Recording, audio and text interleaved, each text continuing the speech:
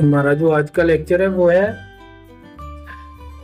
Bars of MS word. ठीक है जी। First जो है वो हमारे पास है जी, फर्स्ट बार है टाइटल बार, जिसपे प्रोग्राम का नेम और फाइल का नेम लिखा होता है। ठीक है जी।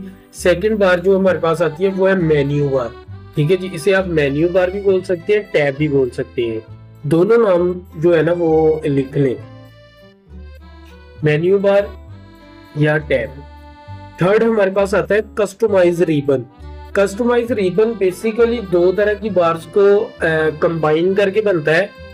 एक होती है बार फॉर्मेटिंग बार, दूसरी होती है टूल्स बार। टूल्स बार और फॉर्मेटिंग बार को कंबाइन करने के बाद हमारे पास जो रिजल्ट आता है वो आता है कस्टमाइज रिबन। ठीक है जी।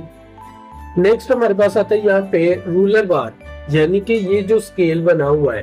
ठीक है। तो रूलर बार अगर आप गौर करें, रूलर बार जो है ना ये हमारे पास दो जगह पे आ रहा है। ठीक है जी। फर्स्ट आ रहा है टॉप की साइड पे और सेकंड जो है वो आ रहा है लेफ्ट साइड पे। ठीक है जी। यानी कि रूलर बार की जो लोकेशन है वो टॉप है और लेफ्ट साइड है। अब यहाँ पे आप अगर गौर करें, यहाँ पे दो कलर्स में हमारे पास रूलर बार है। एक जो है वो व्हाइट एरिया है, दूसरा जो है वो ग्रे है। ठीक है जी। अगर हम लेफ्ट साइड पे देखें तो यहाँ पे भी एक व्हाइट एरिया एक ग्रे एरिया है। ठीक है जी। अब यहाँ पे जो हमारे पास व्हाइट एरिया आएगा ना दोनों साइडों से मिक्स करके, उसको हम कहेंगे वर्किंग एरिया। ठीक है जी। यानी कि यहाँ से लेकर यहाँ तक जो एरिया है व्हाइट वाला, ये हमारा वर्किंग एरिया है। इधर से यहाँ से लेकर अगर हम नीचे की तरफ मूव करें तो यहाँ तक हमारे पास ये हो रहा है। ठीक है जी, व्हाइट एरिया, तो ये हमारा वर्किंग एरिया है। ठीक है जी, पेज के हिसाब से। अब जो ग्रे स्केल शो हो रहा है हमें, इसे कहते हैं मार्जिन एरिया।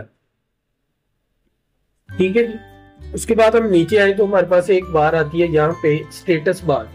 स्टेटस बार पे हमें बताया जाता है कि जी टोटल हमारे पास कितने पेज है, हमने इस वक्त जो करंट हमारे पास पेज है वो कितने नंबर वाला पेज है। ठीक है।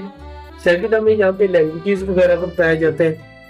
यहाँ पे एक जूम इन जूम आउट वाला सेटअप है। ठीक है जी। लेआउट का सेटअप है। तो ये सारी चीजें जो है ये हमारे पास स्टेटस बार पे शो होती है।